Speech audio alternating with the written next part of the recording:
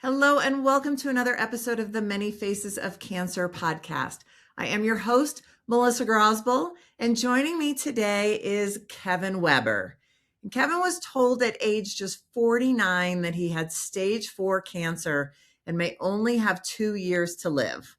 Whilst to many that news would send them on a spiral of depression and despair, Kevin realized that he could use it as a force for good for his family, those around him, and then anyone who is struggling with something in their life. What did he do? He changed from an occasional runner to someone running multiple ultramarathons around the world in temperatures ranging from negative 40 degrees Celsius all the way to 50 degrees Celsius. And for those of us in the US, that is a vast difference in temperatures in deserts, jungles, and the Arctic. We hope that by listening to this edition, you too will be inspired to live your best life every single day, no matter what is thrown at you. So welcome to the show, Kevin. Thanks for having me.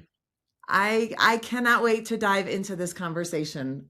I was so inspired when we had our little chat about all of the amazing things that you were doing, even in the face of the stage 4 diagnosis. And it's just going to be such a fun conversation. Okay, yeah, so hope people get things out of it. So where are you from? Where are you living right now? I live in a place called Epsom in England, so it's in southern England, just south of London. Just south of London. Okay. I keep saying every time I have somebody from the UK on that I'm getting a geography lesson. So I'm learning about all of the different areas in the UK because I have not been there yet, but it is definitely on my bucket list. And the more I talk to people from over there, the more I keep telling my husband, we need to go, we need to go, we need to go. Yeah, it's a great place. Yeah. And I say one of these days I'm going to go over there and find a place, I don't know, maybe it's London, right in the middle, and just have a podcast reunion of everybody that I've interviewed over there. Yeah, that'd be pretty cool. That would be very cool. And then, I don't know, cancer community is a small community, and living on a small island, I'm sure that most of you probably have already come in contact with each other in some way. Yeah, I mean, sadly though, it's quite a big community, isn't it?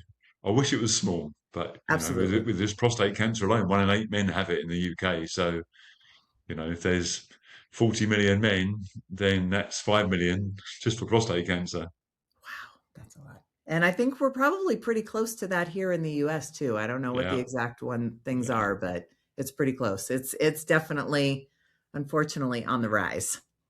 yeah. Okay. All right. Well, Kevin, take us back. Take us back to what, 11, 12 years ago now, when you were first diagnosed. What was going on in your life, and how did you receive that diagnosis? Yeah, I was on holiday actually in the US. I was my brother-in-law's got a place in South Carolina, and we stayed there, and then we drove to Florida, and the kids were quite young, and we went to Disney, and it was great. But when I was there, I was just getting up in the night for a wee, and I didn't know if it was the water or what I was eating or just whatever I'd been doing. But when I came back to the UK, it just carried on. And I then did what most men don't do, and I went and saw a doctor. I don't know what it's like in the US, but in the UK, men don't kind of go to a doctor very often. It's that way here Um, too. Women are far better than men at doing that sort of thing. And I was Maybe we're convinced I was just wasting more his time. paranoid than men are. I don't know. Yeah, maybe. And I think also ladies need to go at an earlier age for stuff that men don't have. So I guess they're more familiar with talking to doctors about stuff. So you were But I just was having to convinced get that, up you were just having to get up in the middle of the night to go to the bathroom? Is that why you yeah, went to the yeah, doctor? but 4 or 5 times, Oh, and gotcha. All right. and what I call a prostate wee is when you're bursting to go to the toilet and you go and it lasts for 2 seconds, and then an hour later you're bursting to go and it lasts 2 seconds. And Gotcha. I mean, I didn't understand how it all worked down there. I mean, why should I? Because these things just work. Why do you breathe? Why do your heart beat? You would take all these things for granted. But what I now know is that the prostate is right by the bladder neck. And so as men get older, their prostates can naturally grow. and they push on the bladder neck, and it makes older men often go to the toilet more. But of course, if you have a tumor, that also makes the prostate grow. So the prostate was pushing on the bladder neck, making it think it was full when it wasn't, and and therefore I was going to the toilet and I didn't need to. But I was convinced, I would have bet my house on it that I was absolutely had to go now, or I would go. Gotcha. So I saw the doctor, and I was 49 years old, and my dad had prostate cancer in his late 60s, early 70s. His was curable. I remember him talking about it a bit, but not really much detail. He had there's a thing called a PSA test, and that measures how many of this androgen is in your bloodstream that is more likely to give you prostate cancer. And I think at the time his highest score before he was cured was 12. And actually, if any man had a prostate cancer test, a PSA test, he would score probably 1, 2, or 3. So every man's got it. It's not something that, is zero, and then if you've got any score, it's bad. So I I think had over I had a blood 4, you test. need to start looking at getting it checked more often, or is 4 and above cancer? Yeah, I mean that's why in the UK they don't like to test men, because if you score 5, does it mean you've got prostate cancer, or is that just your natural score? And if you then start treating people for a natural score, then they end up getting overtreated, and some of the treatment has some side effects, and mentally it doesn't work for some men. But of course, if you don't have a look when it's number 5 and it keeps on going, then it might be then too late. But my score on diagnosis was 342, so Oh my that's gosh. that's not stratospheric, but that's quite high. Um, and so, I he looked at me when I came up for the test, and he looked at me and said, "Oh yeah, your dad had prostate cancer too, didn't he?" And it was kind of a frustrating moment, because at that stage I didn't know what was to come. But I just thought, if he'd told my dad or me, because we had the same doctor, that I should have a test kind of from age 45, then I wouldn't be sitting here age 49, being surprised that I have such a high PSA score. But a PSA in itself still doesn't really indicate how bad or good the cancer is. So then I had to have 2 months of scans, a horrendous biopsy that I cannot remember, and Probably for good November reason. 2014. Oh, it's awful, awful. I walked into this room, and there was this truncheon sitting on the counter, and I looked and I thought, yeah, that's going to go up me, isn't it? It was yeah, and I was right, sadly. There wasn't a pencil there; it was a full blown truncheon. But anyway, um, My after husband's losing any visit, dignity, his proctologist has gone where no man should ever go. exactly, and I always like to think that my backside was going to be, like a one way street for all its life, but within 2 months it had turned into like a 2-lane superhighway. You're going both ways. It's just, yeah, but hey, that's the way it goes. And It happens. when I look back, whilst at the time these things are not pleasant and a bit scary, actually it's what you have to do. I think some men, and particularly black men, 1 in 8 men get prostate cancer, but black men, 1 in 4 get prostate cancer. I don't know why, what they have in their genes that increases their risk, but black men more than white men in the UK and maybe elsewhere are quite proud men, and their masculinity is kind of often more important to them mentally than it is to people like myself, and therefore they even more don't want to go to the doctors. And that's a big stereotype, and I hope I haven't offended anyone with that, but that is what happens. Black men don't get tested, and therefore are more likely when they get it to be stage 4, because they didn't get it tested early enough. Well, and you do a lot of work And with prostate cancer patients, so it may be a stereotype, but it's something that you've probably experienced yeah, firsthand. yeah, and I'm sure there are some black men that go to the doctors for anything at all. So I don't want to make ever be in any way sort of talk black men or white men down or up, but it's just it is the way it is. And I sat in front of this doctor. We're now in November 2014, and my wife was there, and there was a lady there from a cancer charity in the UK, that look after people with cancer. And I thought, well, okay, why is she here? I knew I had cancer, but prostate cancer is often very curable. 82% of men on diagnosis will be cured. Wow. And Those so, are great results. exactly. So it's still not the best of treatments and it can have some side effects, but nonetheless, it would be normal to walk in thinking you're in the 82%. Mhm. But unfortunately, I was in the 18%. And, the doctor looked at the screen and looked at me and then kind of said, well, you might live for 2 years, if you're lucky, 3 to 4. But of course, what he was doing, and I've now learned this, he was he was looking at old statistics. So whilst he was correct at looking at me, the statistics doctors have are based on historic evidence. And cancer treatment, and in particular prostate cancer treatment, has gone on so far that that statistic today wouldn't probably be quoted. He would probably say 5 years today rather than 2, because there are drugs available now that, for many men, have helped slow down the prostate cancer. But nonetheless, at that point in time, lots of tears. Um, you know, life was over, and he was a urologist, so he's a surgeon effectively. Okay. And because in his mind he couldn't cut it out, that was it. I was kind of, he'd washed his hands of me, and I called him Doctor Death, because there was no joy in that meeting. Mm. But luckily, a short while after that same day, I saw an oncologist, and they're like zappers rather than cutters. They're the drug people, and um, and he had a bit more hope. He said, "Well, you're quite young and you're quite fit, so therefore we can try this and this, and we'll see what happens." Um, but I still cried. I mean, it didn't take that away from me. And then I then spent a couple of days at home crying, and then the next day was the worst day of my life. You might think that was the worst day of my life, but actually, it was a Sunday. It was in England. We have a thing called Remembrance Sunday. We remember the armed forces that are lost in wars, and because of that, my youngest was in the Boy Scouts, and they have a little church parade every year for this. And my older kids were there, and they were so 16, 14, and 9. And I sat them down and told them, and that's always been in my head the worst thing, because if the doctor had been right, then by the time my youngest kid started high school, he would have had a dad. And you don't bring children into the world so that you can abandon them.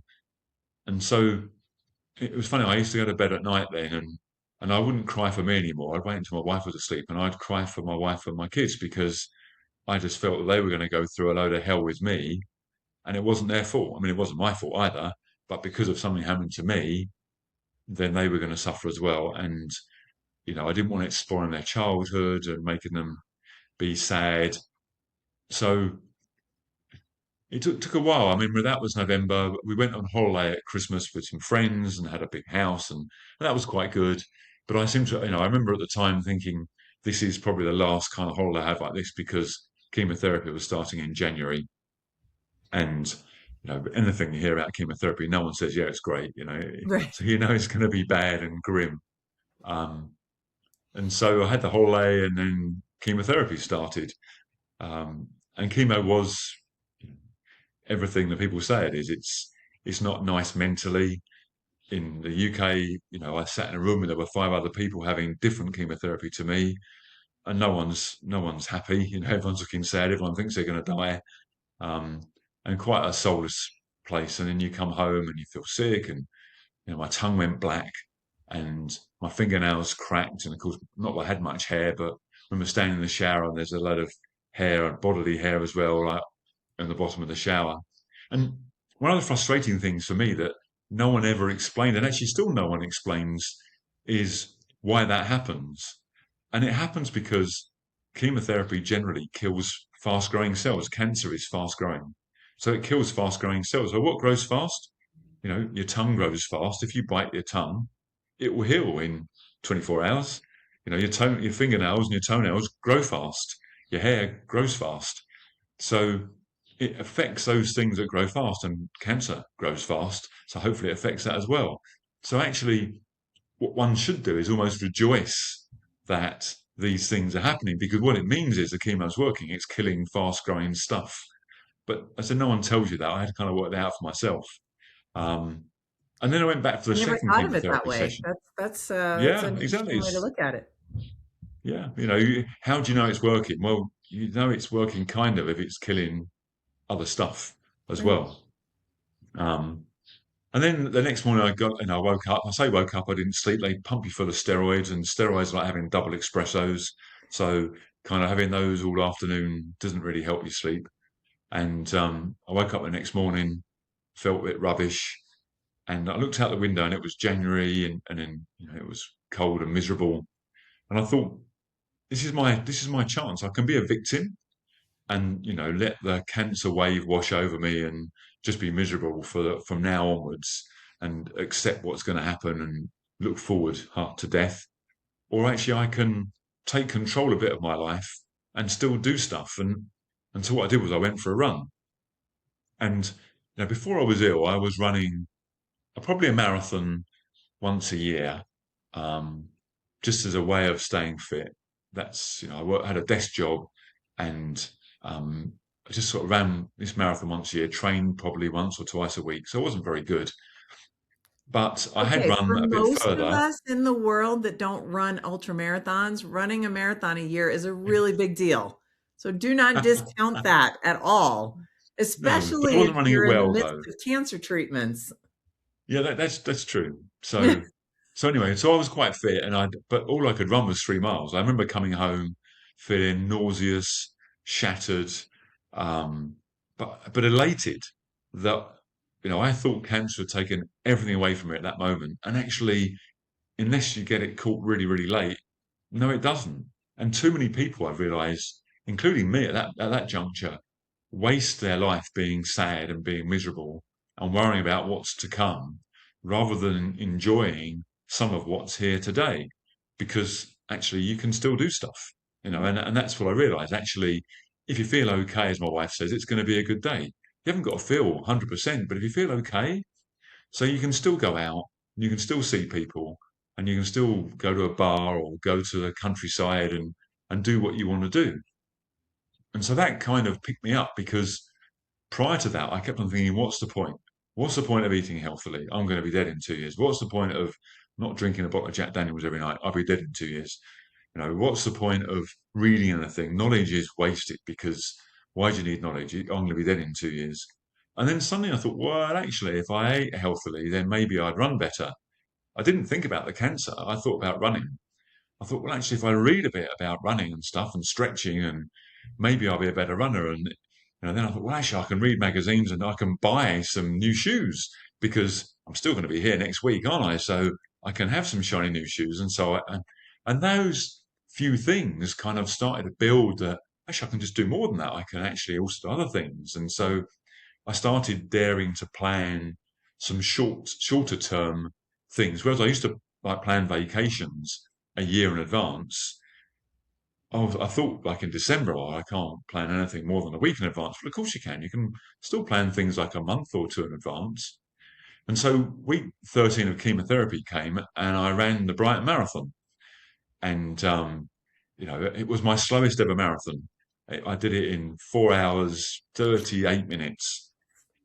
Um, and I ran the first half really well, and then I just collapsed and died in terms of energy, and I kind of went really slow the last half. And then I got a really dodgy place in the London Marathon 2 weeks later. Now, you should never run as someone else in these big events, but I just thought, well, I'm going to be dead soon anyway, so what are you going to do? Shoot me, sort of thing. So We won't tell I ran as anybody. someone else. Exactly. I'm sure they'd probably forgive me now. And I actually ran that 12 minutes faster. And kind of you think, well, people will say you can't run 2 marathons in 2 weeks. Well, you can on chemotherapy, and you can do the second one faster than the first one. So, hey, and it started helping me break down a lot of barriers about what you could and couldn't do, because a lot of times people tell you what you couldn't do because they're basing it on things that aren't specific to you. They're basing it on averages or their own thoughts. People with cancer shouldn't run marathons because, because it can't be right for you, can it? Well, and my doctor at the time, he felt that way. Funny enough, now he says to me, if I approached him today in the same situation, he'd tell me to run the marathon, Yeah, because they've now right. proved that for prostate cancer specifically, but probably other cancers as well, chemotherapy, you tolerate it better and it works better. So, you know, obviously, if you get ill and you don't run marathons, that's not the time to start running marathons. But if you already do, don't stop doing what you do just because you're not well. In fact, the stronger you are, the more likely you are to deal with any illness. And chemotherapy bashes your immune system. So the stronger your immune system is by eating good food and staying healthy, the better chance you've got of not getting ill. And that doesn't So apply to just running marathons. That applies to walking and lifting weights and riding a bike and absolutely, anything. Movement is medicine. absolutely. And the one little caveat I put on that is obviously going for a stroll is better than sitting down all day and watching TV. But if you are able to get, and I use the word clammy in what you do, so just walking slightly faster than is comfortable, you know, lifting weights just to the extent that you get a little bit clammy, because that's when the magic happens. When the Absolutely. blood starts pumping faster, Yep. that's when the stuff starts happening. If And you're raising so, your heart rate above normal, then you're doing yeah, well. because oxygen, most cancers hate oxygen. Mhm. So therefore, the more oxygen you can pump around your body, the more you're kind of damaging the cancers. Right. So therefore, the more you can do it. And the magic number is 20 minutes, actually. It's only 20 minutes. If you can do 20 minutes of clammy exercise a day, whatever is your poison when it comes to exercise, that will help you. Which is And, like and actually, if you can do 1% an of your hour, even day. better. It's But it's 1% only of your 20 minutes. day. Exactly. Right. Exactly. And far better than watching Love Island on TV. Just go out and go for a walk or something.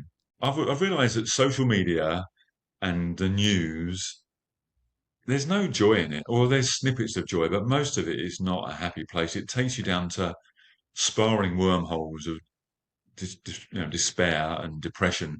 Whereas when you go out, stuff happens. You meet people. You hear the birds sing. You see kids playing and stuff. All the stuff that's really happy and smiley. So yeah, going out is good. So anyway, so I ran those two marathons, and I saw the doctor, and he said, "Well, did you run that marathon?" And I said, "Actually, I ran two." And he said, "Oh, okay, so that's pretty good." So what are you doing next then? And I think he thought I would start in the UK, and I think a bit in America. They have a thing called Park Run.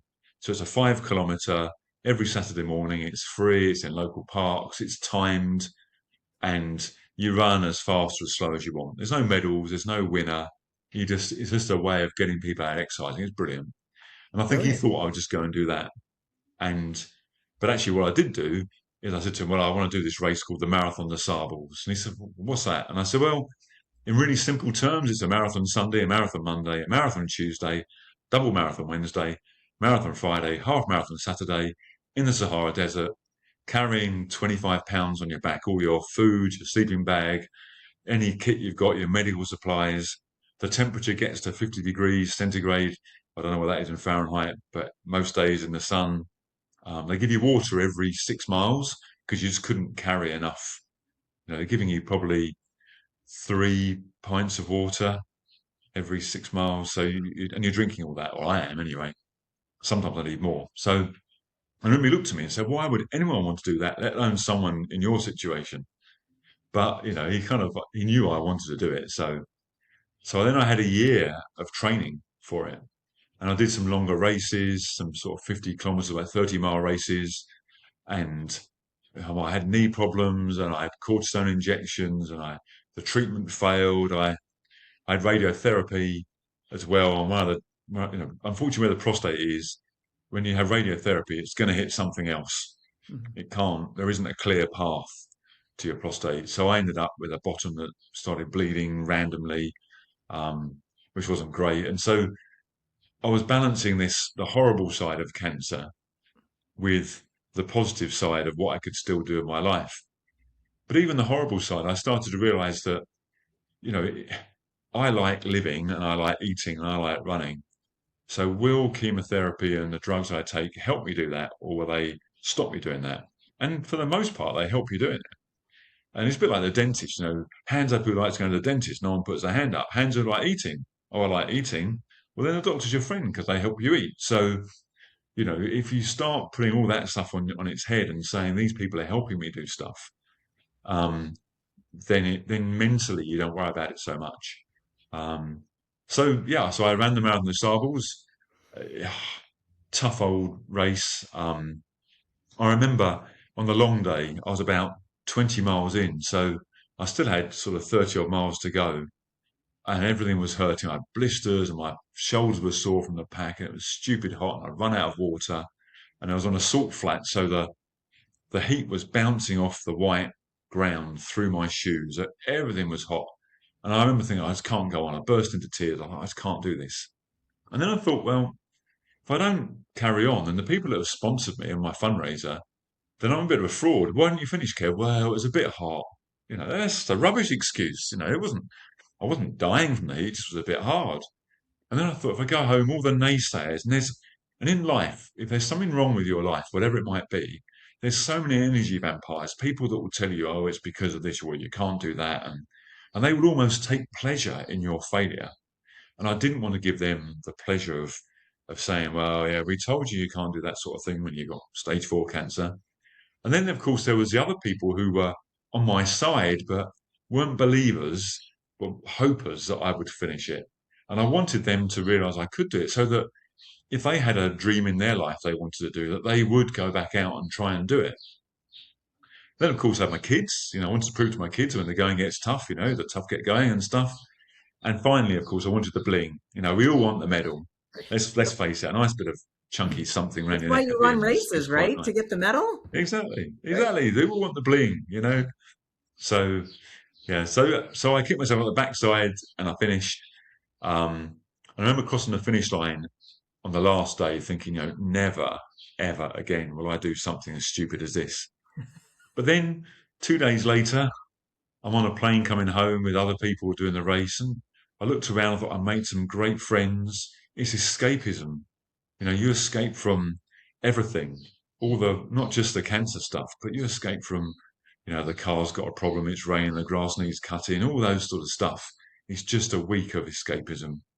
And I think everyone in life, even if there's nothing wrong with you, if you can have a week of escaping it, it just helps you reset everything and then going back to normal. And then you feel much better facing whatever you got to face afterwards. So I came home, and I think the second thing my wife said to me was, have you signed up for next year yet? And I thought, wow, amazing. So I did. Um, and I went back, and that just was a catalyst, because once you do one of those races, you meet people that do similar races. I'd only ever heard of this one race. And so I said, well, there's a race in Iceland. Have you done that? I said, well, no. So 2017, I did the race in Iceland and the race in the Sahara. And then 2018, I did the race in the Sahara. Oh, and the race in Canada, that's in the Arctic, pulling a sledge. And the race in Cambodia, and the race in Albania. Oh, and the race in Spain. And Oh they're all my about gosh. 250 kilometers long, and they all take about a week. And it's just fantastic. Oh, And they've all got their own nuances, but and I met so many amazing people, and and it, and it gave me a sort of a sense of purpose and worth, because I realized that by doing these races, I could do some fundraisers. I could then talk about people a bit like this, and hopefully inspire some people to think, just maybe I can do something. In ultra running, there's an expression that's not used in marathons. In marathons, it's like, if you can't finish, don't start. In ultra running, it's better to start and not finish than never start at all. And that's a really, really powerful thought for anything. Best to have a go, no matter how bad you feel, have a go. And if you don't finish, as long as you did your best, that's all that matters. and I mean, you've brought up so many parallels to life with running, and I love every single one of them. Who cares if you don't finish? Just keep going as long as you can. I mean, that's life. I mean, none of us are going to finish life. The end will come at some point for everyone, but if you don't even start, it's like you don't stop living your life, even if you have this diagnosis, because obviously they gave you 2 years to live, and here we are almost 12 years later, and we wouldn't be having this conversation if you had just decided to give up and let go. And it doesn't even have to be running. I mean, anything that you can find that you're passionate about, that gives you purpose, gives you a drive to look to the future and look forward, and stop thinking about just today or just how you're feeling, that can be so powerful toward healing and keeping this thing at bay. Yeah, and it's silly things like, I mean, for you, it's running, people say, obviously, because you're so passionate about it. of course, Not everybody's a runner. that's right. But if, I meet people say, I always wish I could play the guitar, you know. Well, you can go to a thrift shop and you can buy a guitar for like $20. They're not. And so that's the first step. That's putting your foot on the start line, is getting that thing and having a go. And it doesn't matter how bad you are, you try it. And if it's not for you, it's not for you. But you never know, you might try it, and next thing you know, you're Jimi Hendrix. Who knows? Or Eddie Van Halen. Eddie Van Halen, yeah. All right, so here we are, Kevin, 11, almost 12 years later, and how are you today, physically? How am I today? So yesterday I had the results in hospital on my latest blood test and a full body MRI scan. And I sat with the doctor yesterday and she said to me, there are no visible signs of cancer in your body. Yay. You know, and I said, but I have stage 4 cancer. He said, yeah, you still have stage 4 cancer. It's once it's escaped the bottle, it's there. But actually, what it's saying is it hasn't attached itself anywhere at all to any amount where it can be visible on an MRI scan. So, right now you take that, don't you? It's just I couldn't ask for anything better than that. Um, and I know I'm really lucky. I'm always nervous when I talk to people about my situation, because some people aren't discovered as early as, I mean, although it was late for me, some people are even later. I remember a man I knew, um, and he had a bad back from playing golf. And he used to go to the doctor, I've got a bad back. It's because you play golf. And he went 3 years. And then one day he couldn't stand up and went to hospital. He had prostate cancer. He died 3 months later because it had spread so much. And if the doctor 3 years before had given him the cancer test, he would have still had cancer, but they may have they would have prolonged his life. And also there are drugs around now that weren't around then. So I'm on a drug that they say the average time is 12 months. I've been on it for 10 years. So, hey, whatever the drug manufacturers must love me, pay them lots of money. So, but that goes back to the point earlier on, is I didn't know I would be here today, and I never planned my life thinking I'd be here today. All I knew was on the day I woke up, I could do things. And so I think that's the really important message, is no matter where you are on your cancer journey or any journey of despair that you might think, if you feel okay, you can do stuff. And actually, even if you don't feel okay and you try and do stuff, often you feel better. One thing's for sure, sitting around doing nothing, unless you're really, really, really ill, then you don't get better from that. People often ask me things like, you must have watched Game of Thrones, Kevin. Well, I have seen a couple of the episodes, but actually for me, it's something I watch when I can't go out and do things anymore. All these box sets out there, people think, well, I want to see that, and I'll stay and I'll binge watch it over 3 nights. You've got nothing better to do for 3 nights? Surely there's something else you can do. I mean, yeah, watch an hour or two of telly a night, that's fine. But actually, if you want to binge watch something, what does it say about what else you're not doing in your life? What else could you do? And if it's because you've had a really busy day and all you can do is veg out, that's fine. But a lot of people haven't. And then they're making excuses. Well, I like to run, Kevin, but, I don't really run. Well, how are you going to start? You're not going to start watching Game of Thrones, that's for sure. Well, I want to go back to something that honestly you just said, that you said sometimes you feel bad sharing about your story because you're one of the success stories, and you don't want to, I don't know, maybe give people false hope or something about their own situation. But I want to share a little bit. The first person that I interviewed for my podcast, she was a 26-year glioblastoma survivor, which is outstanding because they have like a 1% to 3% survival rate. And when she was going through her treatments, and this was back in 2000 before the internet or anything, she just needed one person who had lived.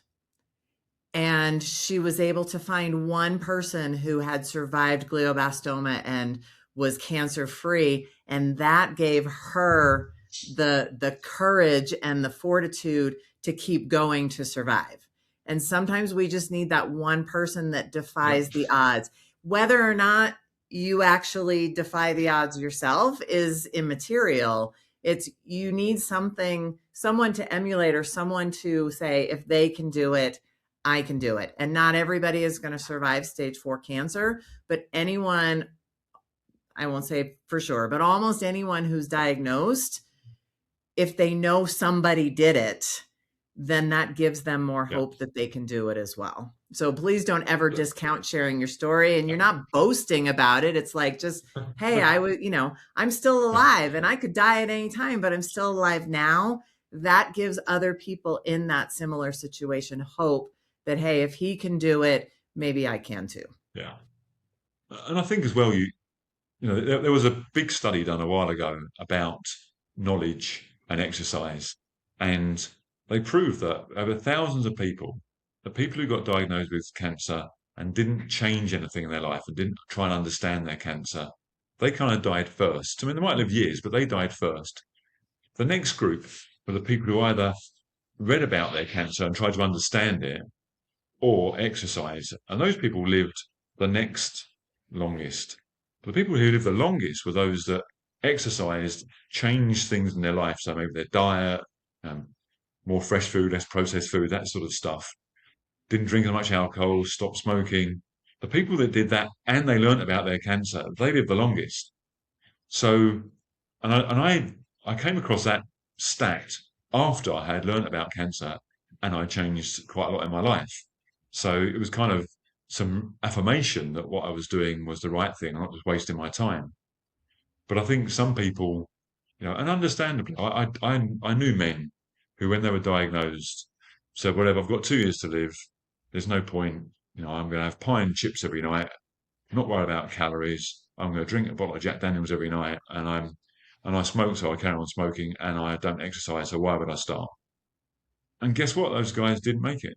Right. And I'm not trying to say that if they changed those things, they would now all be alive, but I wouldn't mind betting if they changed those things, they would have probably either lived longer or lived better whilst they were still here.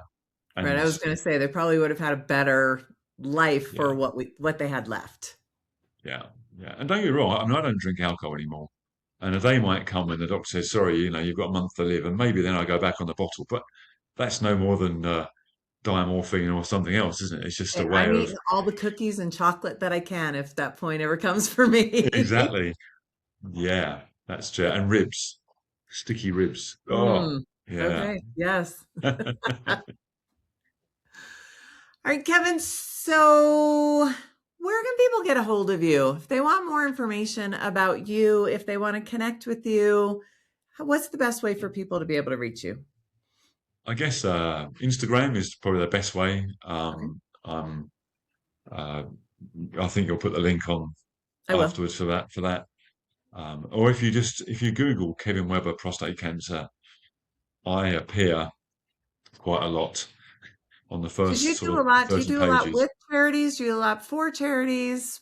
Yeah, so I learned early on when I'd already entered the Brighton Marathon before I had cancer, and I decided I was going to run it for a charity called Prostate Cancer UK, and I phoned up a guy there, and he sent me a T-shirt, and I raised about £20,000 Wow. by running this marathon. And then I realised that made me feel good. It made me realise I could raise money and help other people not be where I am. That's what I want to do through awareness and through better use of hospitals and drugs. And so I've now raised. When I say raised, I've either raised it myself or people have said to me, Kevin, I'm going to run the Copenhagen Marathon in Denmark, but because of you, I'm going to do it for Prostate Cancer UK. So if I include those people as well who wouldn't have done it otherwise, I have raised over £1 million for Prostate Cancer UK, which is like a wow, huge number. I would have been That is happy a to wow, raise huge number. £100,000. I know, and I'm humbled by it. It's people sponsor me. I don't ask for a lot of money. I did a thing. So when I got to my 10-year cancerversary, I ran from my house to my cancer hospital and back 10 times, once for every year that I'd lived. And in total, that was 130 kilometers. So what's that? My God. 90 miles, 80 That's a miles. lot of miles. I've never run that far before in 24 hours. And that's what I did. And I said to people, sponsor me £10. That's all. I don't want, hey, if you want to give me more, that's fine. But I had literally hundreds and hundreds of people sponsoring me £10, a pound for every year I'd lived. It was fantastic, and Wow. I did that for the hospital that had raised, kept me going. I remember talking to a doctor there once, and I said about how they deal with money. And, in the UK, we're very lucky. The National Health Service is funded by the government to a point. But he said the difference between just being here and making a better difference is all the fundraising and the other money we can make on the site, because that's what actually helps us do studies for drugs that I'm now on because of fundraising and charities. Otherwise, those drugs wouldn't exist. The governments don't see it as their job, and I kind of agree, to do loads and loads of research into trying to, because we don't want to pay our tax dollars to have them researching everything, because we wouldn't be able to afford it. Right. But charities, if it's a worthy cause, they will be able to raise money that will then help progress faster the cure. If you look at COVID, COVID hit, and suddenly within a year, we had all these kind of treatments for it because they threw billions of dollars at it. And so there's a cure for most things, I think, is out there. Just it's a matter of time and money. And the more money, the shorter the time. Right. So yeah, and so it makes me feel good. I'm very lucky. I received from the Queen of England a British Empire Medal for my services to charity. So that was quite cool, And my father's dead now, but he's like me. I'm quite a patriot, and I know in America, I'm very patriotic. So, to get something like that from was quite. I was quite chuffed for me and for my father as well. So is that an Even though he MBE? wasn't here. Is A that an British Empire MBE? Medal, it's called. So it's a BEM. So the BEM. Okay. British Empire Medal. It's Okay. like the lowest. It's the lowest one you get. Just for in case anyone thinks I'm really important, it's like the lowest one. Hey, The even the top. The lowest top. one is a Hey, pretty yeah, big distinction. Not everybody gets they those. don't. Yeah, they don't just throw them out. Yeah, you got to do something for it. So yeah, and that was great. And and I also, where we're plugging me, I wrote a book. There we go, Dead Man Ooh, Running. Dead Man Nice picture of Running. me in the desert, We'll put the link in there and there in too the for that. Arctic. Wow. Yeah, it's me pulling a sledge in the Arctic. So and I did these things, and you know, I don't do them. I don't want people to say, Kevin, you're amazing, because actually I'm just ordinary. I'm just ordinary, but I haven't given up. What I want people to say is, actually, if you can do that and you're ordinary, and I'm ordinary, I can do whatever their thing is, playing the guitar, being a better cook, speaking Italian, whatever you want to do, we can all do it, but you got to put the effort in. And the book and the medal and the fundraising, what that does, it helps me get in front of more people. And the more people I get in front of, like I said, 1 in 8 men get prostate cancer. So if I sit in a room and there's 80 men there and I talk about it, the chances are one of them, right, well, we know that 10 of them will get prostate cancer, but of those 10, the chances are one of them will go to the doctor sooner. And if they go to the doctor sooner, they're more likely to get it caught early and live rather than being stage 4 and possibly die of it, probably die of it. I don't know. Maybe I'll get hit. I'm going to America this year. I'm going to see my beloved Charleston River Dogs baseball team. Got to love a bit of Charleston River Dogs. Who knows? Maybe I get hit on the head by a baseball when I'm not concentrating, and that could be the end of me. What a way to go, though, eh? God, far better than spending a month in a hospice. Right. But Doing what you love. you're doing what you love, exactly. Best way to go. So, and no one knows that, do they? No one knows Right. when their time is up. We could all get hit by a bus tomorrow. So But live each day to the fullest because you never know when it's going to be yeah, your last. and that Whether was it's one of cancer one or of a the bus things. or a baseball or whatever. Exactly, exactly. And it's one of those things that early on when I was out running, there was a song that I listened to music sometimes, and a song came on the headphones that I thought I knew, but actually I didn't know the last two lines. And it's a song by a guy called Julian Lennon, so John Lennon's son, and it's Mhm. called Saltwater. It's an 80s song, a bit of a tree hugging song. But two lines from the end, he sings, "What will I think of me the day that I die?" And I had to stop. And I remember thinking, that's it, on my deathbed, whenever that might be, I need to look back with a sense of pride. I'd look back pleased of what I've done, not full of regrets, not would have, should have, could have, but didn't, but actually did. I made a difference. I want to think that when that person asked for help, I said yes. I didn't say no. And now on my deathbed, I go, why didn't I help that person? It would have cost me a bit of time. I had that time. So that's a really important thing, I think, for everyone, not just someone that's ill. Hopefully when the listeners here, they die at 110 years old, they want to look back on their life just with smiles and memories and all the good stuff they did do, not the stuff they didn't do and the people they hurt or didn't help along the way. And and another thing I read at the time, and I remember walking across Trafalgar Square going to work, and on the pavement in chalk was written, "You only have two lives, and the second one starts when you realise you only have one." And that's that other wake up call, because we all go through life saying, I'll do it tomorrow, next week, next month, next year, 5 years' time, when I retire. But if you want to do it, then why don't you try and find a way to make it happen now? Don't have a bucket list that only appears when you get told bad news. Have a bucket list that you try and live now when you can. And some things, yeah, I appreciate you haven't got the time or the money or family stops you doing it. But often you can find a way that does a close second to it and just sort of change it slightly to make it happen. So maybe you won't be on centre stage at Madison Square Gardens, but you might be at home just playing a guitar on your own and enjoying it. And that's all that matters, isn't it? I want to be the best person I can be for me so that I can inspire other people and I can not be a burden on other people. Being a burden is one of the things bigger, and it's still, I hate it. I hate the fact I have to go to hospital every month for blood tests. I waste their time, but I say I waste their time because the blood tests have been great for 10 years. So I'm wasting their time. I want to look after people who are really ill, not No, me. you're not. No, you're not. Stop that. Because every time you get a good result, it just keeps Yeah, everything going. So it's not a waste of anybody's time. And I'm sure everybody at hospital celebrates every time you get good yeah, scans. yeah, indeed.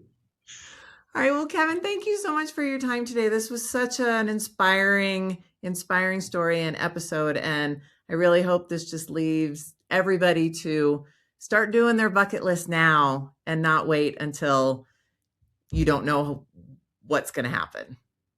Absolutely. All Thank right. you. Have a wonderful rest of your day. And you, and the rest of your life. Yes, the rest of your life. All right. Bye-bye. Bye.